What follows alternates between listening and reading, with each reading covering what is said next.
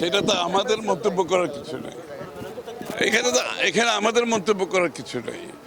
ওদের ওদের জোটের মধ্যে কি হবে না হবে উত্তর তো তারা দিতে পারবে, এই উত্তর তো আমরা দিতে পারবো না, তাই না? ওরা ওদের জোটের মধ্যে কি হচ্ছে না হচ্ছে এটা এই বিষয়ে আমাদের কোনো মতামত নাই, আর আমাদের কোনো ইচ্ছাও নেই এই ব্যাপারে মতামত দেওয়ার।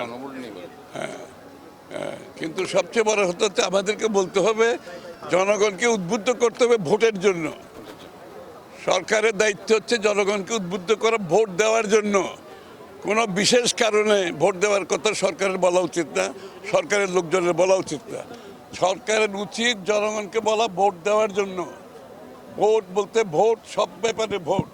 কোনো বিশেষ ক্ষেত্রে ভোট দেবে, কথা বলবে, আবার একটাকে বাইরে রাখবে, এই ধরনের কথাবার্তা ভালো না। মানুষের মনে বিভিন্ন সন্দেহের উদ্রেক হয় এই ধরনের কথাবার্তা কেউ বললে। সুতরাং আমি সরকারকে বলবো, ভোট দেওয়ার জন্য জনগণকে আপনারা উৎসাহিত করুন সার্বিকভাবে।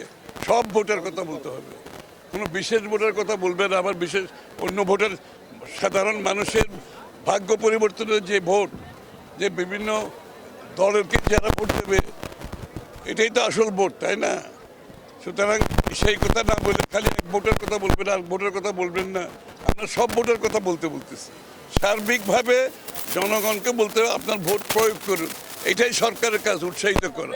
কোনো বিশেষ ভোটের কথা কিংবা আরেকটা বাদ দিয়ে তাদের মন্তব্য, এগুলো খুব জনগণ খুব ভালোভাবে দিচ্ছে।